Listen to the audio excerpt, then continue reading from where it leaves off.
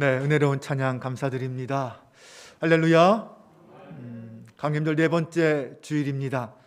오늘도 함께 이 자리에 모여 예배드리는 성도님들, 그리고 영상으로 함께 예배드리고 계신 모든 성도님들 속에 이 땅에 오신 예수 그리스도의 소망과 기쁨이 차고 넘치는 복된 주일 될 수 있기를 주님의 이름으로 축원합니다.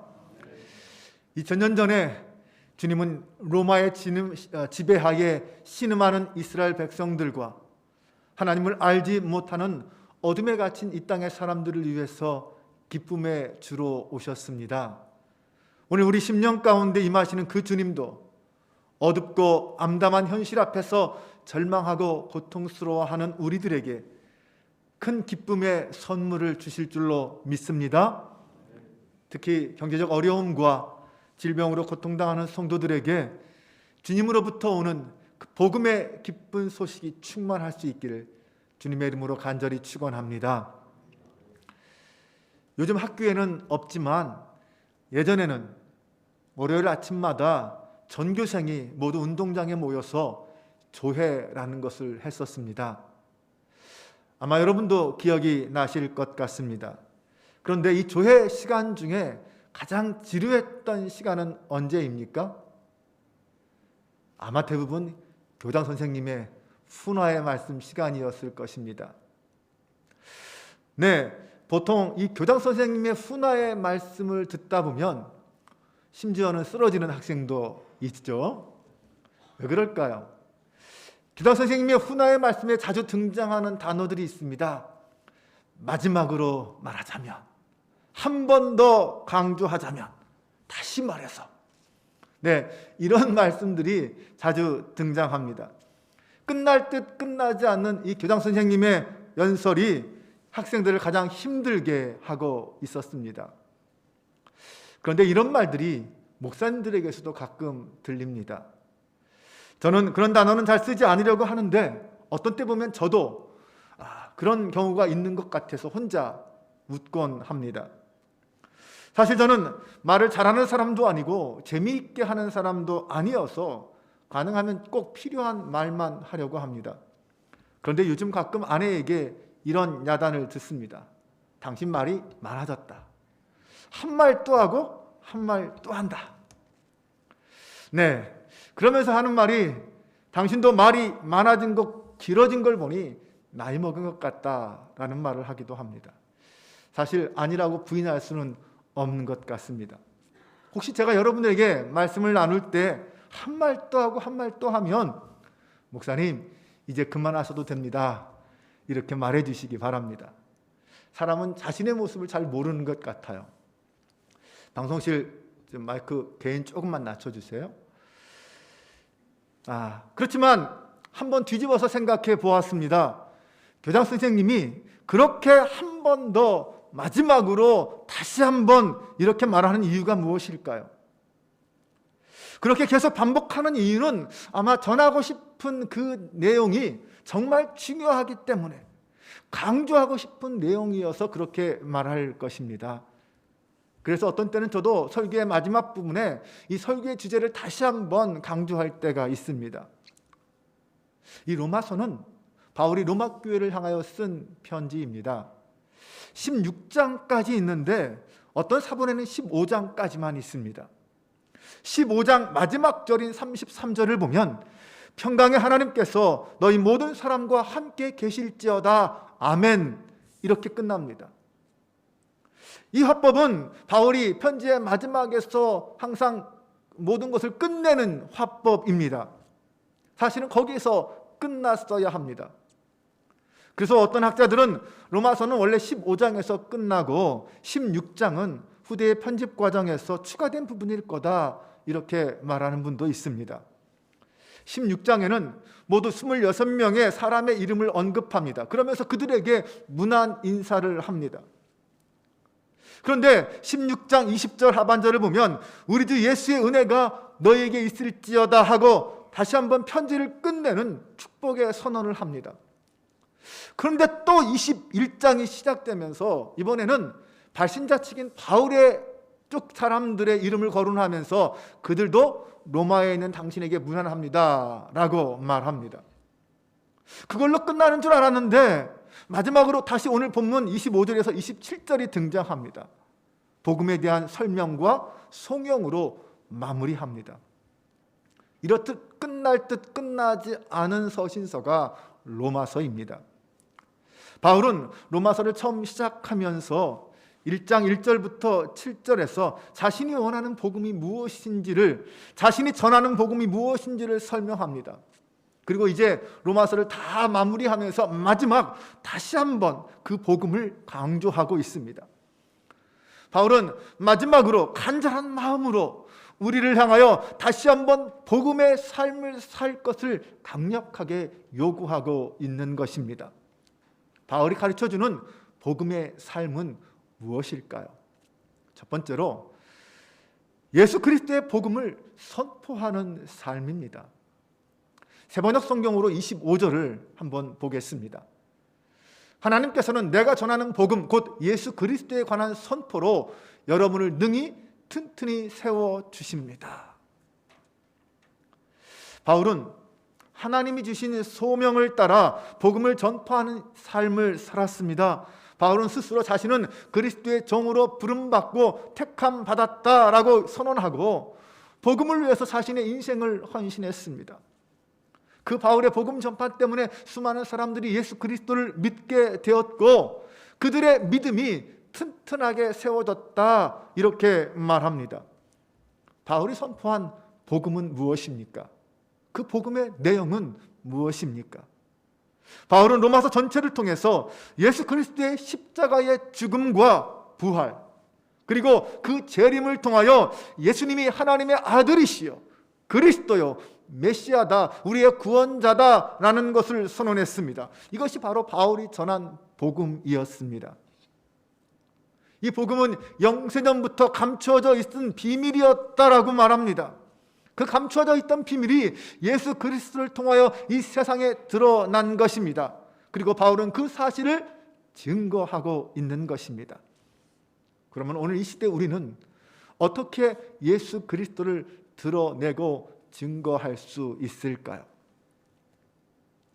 예전에 지하철이나 길거리에서 흔히 들을 수 있는 말이 있었습니다. 예수천당 불신지옥. 많이 들어보셨죠? 우리가 그렇게 선포해야 할까요? 이러한 선포의 방법은 사실 요즘 시대에는 잘 맞지 않는 복음 선포의 방법인 것 같습니다. 초대교회 때나 우리나라 선교 초기에는 예수님이 누구인지 아무도 몰랐기 때문에 그런 어떤 극단적인 방법을 통해서 복음을 선포할 필요가 있었습니다.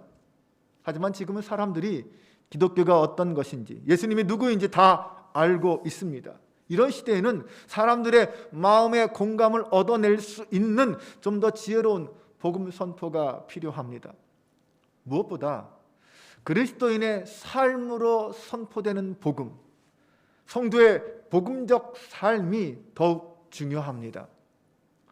그런데 문제는 구별된 삶으로서 그리스도인임을 드러내고 복음적 삶을 살아간다는 것이 결코 쉽지 않다는 것입니다.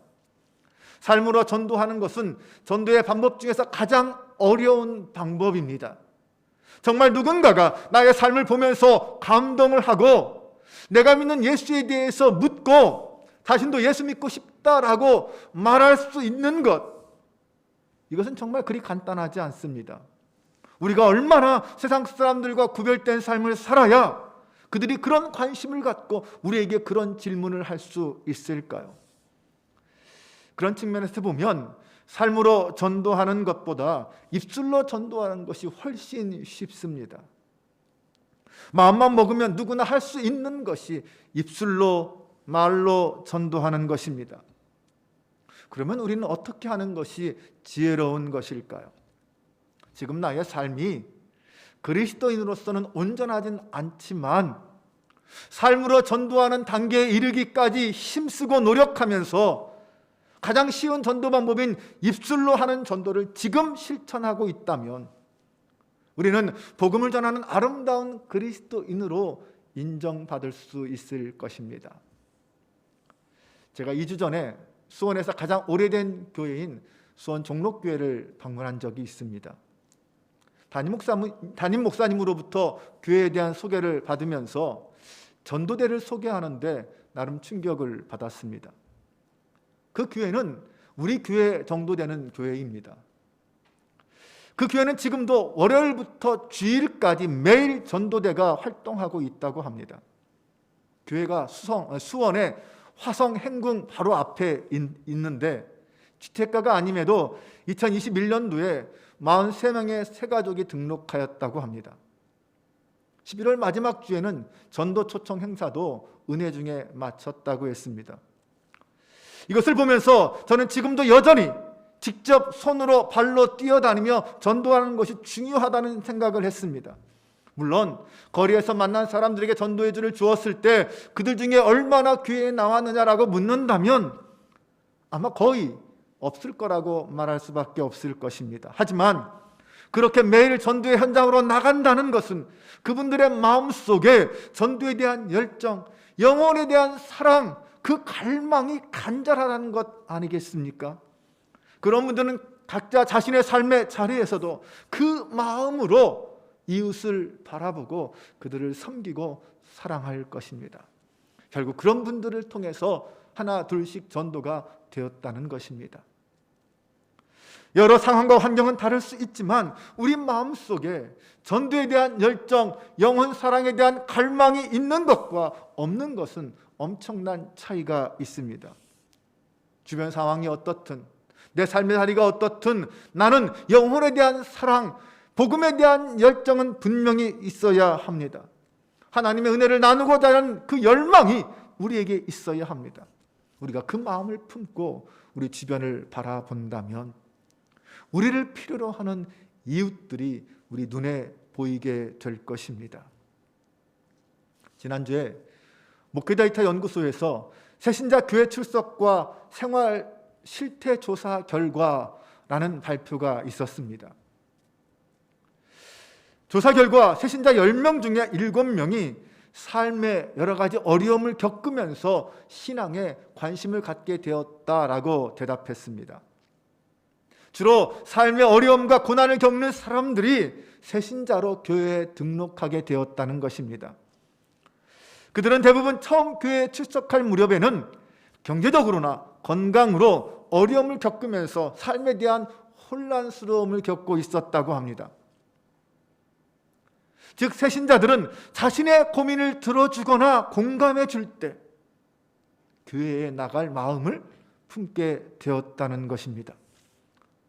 복음과 관련된 논리 중심의 어떤 설명보다는 인생의 고민을 함께 들어주고 돕는 것이 교회 출석에 더 많은 영향을 미친 것입니다. 반면에 교회 나가는데 가장 걸림돌이 된 것이 무엇이냐라는 질문에는 자기 자신의 생활 패턴과 습관의 변화가 28%였고 교회와 기독교에 대한 부정적인 이미지가 17%였습니다. 그만큼 지금 이 사회에는 교회와 기독교에 대한 부정적 이미지가 강하다는 것을 알 수 있습니다. 이런 조사의 내용을 볼 때 이런 코로나의 상황에서 우리의 복음 전도는 예전과는 좀 더 다른 접근이 필요한 것 같습니다. 우리 주변에 믿지 않는 이웃들의 그들의 삶에 좀 더 관심을 가지고 그들의 아픔과 그들의 고민을 들어주고 도와주는 것이 중요한 전도의 방법이 되었습니다. 무엇보다 우리 이웃들에게 그리스도의 사랑을 나누고 전하는 것이 정말 중요한 일이 되었습니다. 우리 교회는 어떤 섬김과 사랑을 실천하고 있습니까? 우리 교회도 그리스도의 사랑을 나누기 위해서 지속적으로 실천하고 있는 것들이 있습니다. 매년 성탄 감사 헌금과 부활절 감사 헌금을 선교와 구제에 사용하고 있습니다. 작년 성탄절에는 광명 희망나게 운동본부의 2021년 위기 극복 기부 릴레이 거기에 동참하였고 또 웨슬리 선교사 하우스의 집을 후원하였습니다. 금년 부활절에는 기아대책과 협력해서 광명 지역 어려운 이웃들에게 희망상자 50상자를 전달했고 추수감사절에는 작년과 마찬가지로 하안사동 행정복지센터와 협력해서 우리 동네 어려운 이웃들에게 사랑의 과일상자를 전달했습니다. 뿐만 아니라 5년째 희망나게 운동본부를 통하여 지속적으로 매월 3가정씩 돕고 있습니다. 또한 구 11단지 이 한 아파트의 경로당에 매월 정기적으로 후원하며 어르신들을 섬기고 있습니다. 금년 성탄감사헌금은 광명 지역의 어려운 이웃들을 돕는 일과 기아대책과 협력해서 갑작스럽게 큰 어려움을 당한 선교사님들을 돕는 일에 사용하려고 합니다. 성도님들의 기도와 헌신을 부탁드립니다. 물론 이것으로 다 만족할 수는 없습니다. 교회에서 교회의 이름으로 선교하고 구제하는 것도 중요하지만 성도님들이 각자 자신의 삶의 자리에서 그리스도인으로서의 향기를 드러내고 그들의 아픔을 들어주고 그들을 알아주고 보듬어 줌으로 예수 그리스도의 사랑을 실천하는 것이 더욱 중요합니다.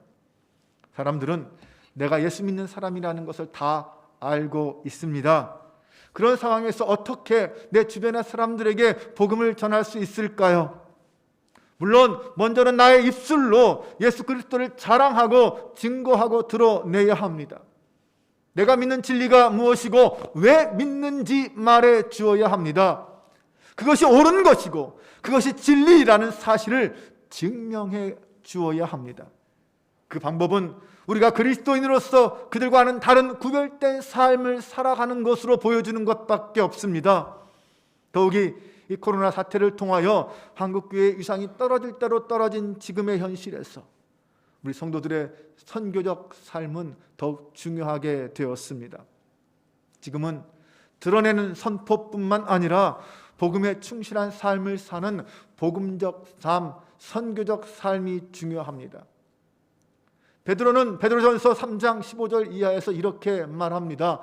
너희 마음에 그리스도를 주로 삼아 거룩하게 하고 너희 속에 있는 소망에 관한 이유를 묻는 자에게는 대답할 것을 항상 준비하되 온유와 두려움으로 하고 선한 양심을 가지라. 이는 그리스도 안에 있는 너희의 선행을 욕하는 자들로 그 비방하는 일에 부끄러움을 당하게 하려 함이라. 바울이 말하는 복음적 삶은 두 번째로 비밀의 계시가 드러나게 해야 합니다. 바울은 이 복음을 영세전부터 감춰져 있던 비밀이라고 말했습니다. 구약의 선지자들을 통해서 그 메시아가 언급되었지만 모든 사람들이 다 알고 있었던 것은 아닙니다. 감추어진 비밀이었기 때문입니다. 그런데 그 비밀이 예수 그리스도의 십자가의 죽음과 부활을 통하여 온 천하에 드러나게 되었습니다. 우리는 그 신비의 계시가 무엇인지를 깨달아 알아야 합니다. 알아서 세상 사람들에게 전해 주어야 합니다. 하나님의 구원은 유대인으로만 국한되어 있는 것이 아니라 예수 그리스도의 십자가로 말미암아 모든 민족에게 복음이라는 이름으로 선포되었습니다. 사실 이것은 당시 유대인들에게는 가히 혁명적인 말이었습니다. 유대인들은 선민 사상으로 자신들만 선택된 민족이고 자신들만 구원받은 백성이라고 생각했습니다. 메시아도 자신들만을 위한 그리스도, 이스라엘의 구원자라고 믿고 있었습니다. 그러나 예수 그리스도의 복음은 유대인을 넘어 모든 인류를 위한 메시지였습니다. 오늘 본문 26절은 이렇게 말합니다. 영원하신 하나님의 명을 따라 선지자들의 글로 말미암아 모든 민족이 믿어 순종하게 하시려고 알게 하신 바 그 신비의 계시를 따라 된 것이니.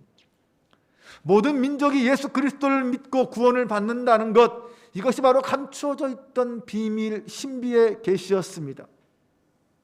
그러므로 우리는 이 땅에 살면서 그 어느 누구도 배제해서는 안 됩니다. 그 누구도 외면하거나 무시해서는 안 됩니다. 지금까지 그리스도인들은 자신들만의 성을 쌓으면서 세상으로 나아가지 못하는 삶을 살았습니다. 그러나 이제는 어두운 세상 속에서 우리가 가지고 있는 이 복음의 등불을 가지고 나가 밝혀야 합니다. 우리는 빛을 소유만 하고 있는 사람이 아니라 그 빛을 어둠 속으로 들어가 드러내 놓아야 합니다. 구원받지 못할 사람은 아무도 없습니다. 하나님은 모든 사람이 구원에 이르기를 원하십니다. 세상 모든 사람들은 이유를 불문하고 구원받을 가능성이 있는 존재다라는 것을 잊지 말아야 합니다. 우리는 이 땅에서 하나님의 섭리와 그 계획들을 다 알 수 없습니다. 그래서 늘 사람들에게 그들에 대하여 함부로 판단하거나 정죄하지 말아야 합니다. 아무리 나에게 원수 같은 사람이라 할지라도 그는 하나님께는 사랑받는 존재요 구원의 대상이다 라는 생각으로 바라볼 수 있기를 바랍니다. 바울이 말하는 복음으로 사는 삶은 세 번째, 믿어 순종하는 삶입니다. 26절을 다시 한번 보면 영원하신 하나님의 명을 따라 선지자들의 글로 말미암아 모든 민족이 믿어 순종하게 하시려고 알게 하신 바 그 신비의 계시를 따라 된 것이다. 이 믿어 순종한다라는 것은 두 가지 의미로 해석할 수 있습니다. 하나는 믿음이 있기 때문에 순종한다라는 것이고, 다른 하나는 순종을 통해서 믿음으로 나아갈 수 있다라는 의미도 있습니다. 사실 이 두 가지는 서로 따로 떨어져서 생각할 수는 없습니다. 두 가지가 동시에 함께 일어나야 합니다. 믿음과 순종. 이것은 야고보서의 말에 따르면 믿음과 행함으로도 표현할 수 있을 것입니다. 하나님은 믿음과 순종, 곧 복음을 듣고 행하는 삶을 우리에게 요구하십니다. 순종이 없는 믿음은 죽은 믿음입니다. 바울은 로마서 6장 15절 이하에서 우리는 복음의 마음으로 순종하여 의의 종이 되었다라고 말합니다. 우리가 하나님의 은혜로 구원함을 받았습니다. 그렇다고 해서 또다시 죄를 지어야 합니까? 아닙니다. 은혜로 구원받은 자의 다음 삶의 모습은 이제부터는 순종의 삶이어야 합니다. 순종이 없는 믿음은 존재하지 않습니다. 로마서 6장 15절 이하를 보면 그런즉 어찌하리요? 우리가 법 아래에 있지 아니하고 은혜 아래에 있으니 죄를 지으리요? 그럴 수 없느니라. 너희 자신을 종으로 내주어 누구에게 순종하든지 그 순종함을 받은 자의 종이 되는 줄을 너희가 알지 못하느냐? 혹은 죄의 종으로 사망에 이르고 혹은 순종의 종으로 의에 이르느니라. 하나님께 감사하리로다. 너희가 본래 죄의 종이더니 너희에게 전하여 준 바 교훈의 본을 마음으로 순종하여 죄로부터 해방되어 의에게 종이 되었느니라. 바울이 복음을 전한 이유는 죄의 종되었던 그런 사람들로 하여금 예수 그리스도를 믿어 순종하게 함으로 의의 종이 되게 하기 위함이었습니다. 네, 맞습니다. 예수 그리스도의 복음을 통하여 사람들로 하여금 예수님을 믿고 순종하는 삶을 살게 하는 것, 이것이 바로 복음 전파의 목적, 복음의 목적입니다. 또한 우리의 신앙에는 먼저 순종함으로 믿음에 이르는 경우도 있습니다. 믿고 순종하는 삶도 있는 반면 먼저 순종하고 믿음을 뒤에 따르는 경우도 있다는 것입니다. 요한복음 9장을 보면 날 때부터 맹인된 자에게 예수님께서 침으로 진흙을 이겨서 그 눈에 발라주시고 실로암에 가서 씻으라 라고 말씀하십니다. 그 맹인된 사람이 예수님의 명령에 따라서 실로암에 가서 눈을 씻을 때 그의 눈이 밝아졌다라고 성경은 말합니다. 나중에 바리새인들이 이 사실을 알고 그것을 확인하고자 이 맹인의 부모와 그 맹인을 찾아가서 사실관계를 묻고 여러 가지 귀찮게 합니다. 그래도 언쟁이 벌어지기도 했습니다. 후에 예수님께서 그 맹인이었던 사람을 찾아가서 이렇게 물었습니다. 너가 인자를 믿느냐? 그 말은 너가 메시아 그리스도를 믿느냐라는 말입니다. 그 맹인이 주여 그가 누구십니까? 내가 믿고자 합니다 라고 대답합니다. 그러자 예수님께서 내가 바로 그다 라고 말씀하십니다. 그때 그는 주여 내가 믿나이다 라고 고백하고 그 예수님께 절을 하였다라고 성경은 말하고 있습니다. 이 날 때부터 맹인이었던 이 사람은 처음에는 예수 그리스도에 대한 믿음이 없었습니다. 예수님이 누구인지도 몰랐습니다. 단지 그는 예수님의 명령에 따라 실로암에 가서 눈을 씻은 것밖에 없습니다. 그렇게 해서 눈을 떴습니다. 그러나 그리고 나서 나중에 돼서야 예수님을 다시 만난 다음에 그 예수님이 그리스도라는 사실을 깨닫게 되었고 비로소 믿음을 고백했습니다. 이렇게 순종이 믿음으로 나아가게 하는 경우도 있습니다. 사무엘상 15장 22절 이하는 이렇게 말합니다. 사무엘이 이르되 여호와께서 번제와 다른 제사를 그의 목소리를 청종하는 것을 좋아하심같이 좋아하시겠나이까. 순종이 제사보다 낫고 듣는 것이 수량의 기름보다 나으니 이는 거역하는 것은 점치는 죄와 같고 완고한 것은 사신 우상에 절하는 죄와 같음이다. 순종이 제사보다 낫다라는 말은 하나님을 향한 우리의 믿음의 행위가 말씀에 대한 순종이 없다면 가짜다, 의미가 없다라는 뜻입니다. 바울은 로마서 1장부터 11장까지를 통해서 복음이 무엇인지 논리적으로 신학적으로 자세하게 설명했습니다. 그리고 12장부터는 복음의 삶이 무엇인지를 설명하는데 12장을 이렇게 시작합니다. 그러므로 형제들아 내가 하나님의 모든 자비하심으로 너희를 권하노니 너희 몸을 하나님이 기뻐하시는 거룩한 산 제물로 드리라. 성도의 삶, 구원받은 그리스도인의 삶이 어떠해야 하는가를 설명하기 전에 맨 처음 먼저 선포한 것이 바로 이 말씀입니다. 복음의 삶, 곧 순종의 삶이란 우리 몸을 하나님이 기뻐하시는 거룩한 산 제물로 드리는 삶이다. 이렇게 말하고 있는 것입니다. 복음은 우리의 이성뿐만 아니라 우리의 삶 전체에 영향을 미치는 힘입니다. 복음은 내 생각만 바꾸는 것이 아니라 삶 전체를 바꾸는 능력입니다. 오늘 우리는 대부분 믿음이 먼저인 사람들입니다. 어떤 경로로든 우리는 이미 이 믿음을 갖게 되었습니다. 그럼 그 다음 우리에게 필요한 것은 무엇입니까? 순종입니다. 복음은 믿음의 순종이 따를 때 온전하여집니다. 십자가가 복음의 능력인 것은 이 십자가가 순종의 상징이기 때문입니다. 겟세마네 동산에 기도만 있고 십자가가 없다면 예수님의 믿음, 예수님의 사명과 순종은 가짜였습니다. 내 아버지여 만일 할만하시거든 이 잔을 내게서 지나가게 하옵소서. 그러나 나의 원대로 마시옵고 아버지의 원대로 하옵소서 라는 이 기도에서 예수님의 사역이 멈췄다면, 거기서 끝났다면 십자가 구원이라는 하나님의 구원 계획은 이루어질 수 없었습니다. 십자가는 예수님의 믿음과 순종의 상징입니다. 사랑하는 여러분, 오늘 우리는 이 복음의 시대를 사는 사람들입니다. 복음의 시대를 사는 복음의 사람들입니다. 이 복음의 시대에는 복음으로 사는 사람, 복음의 삶을 사는 사람들이 주인공입니다. 복음을 흉내내거나 복음을 무시하거나 복음을 비난하는 사람들은 복음의 능력을 경험할 수 없습니다.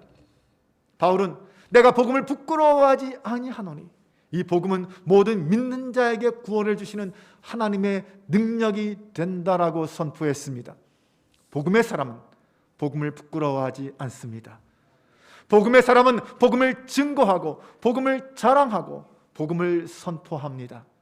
복음의 사람은 자신의 삶을 통하여 복음의 그 신비한 계시를 드러냅니다. 복음의 사람은 예수 그리스도의 영광을 위한 삶을 살아갑니다. 이제 강림절 마지막 주일을 지냅니다. 이번 주 토요일이 성탄절입니다. 2000년 전에 이 땅에 오신 예수 그리스도의 복음이 오늘 우리 가슴 속에 신비로 새겨질 수 있기를 주님의 이름으로 축복합니다. 그럼으로써 영원히 변하지 않고 흔들리지 않은 복음의 사람으로 주님의 오심을 기다리며 성탄절을 맞이하는 저와 여러분 모두가 될 수 있기를 주님의 이름으로 간절히 축원합니다.